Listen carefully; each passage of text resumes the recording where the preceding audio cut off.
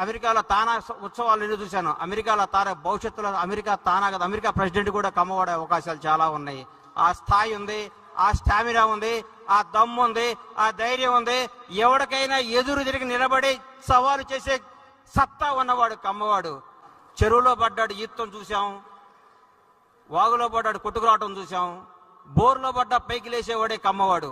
మామూలుగా బోర్లో పడితే ఎవరైనా చచ్చిపోతారు, బోర్లో పడ్డ పైకి రాగలిగే కెపాసిటీ ఉన్నవాడే కమ్మవాడు.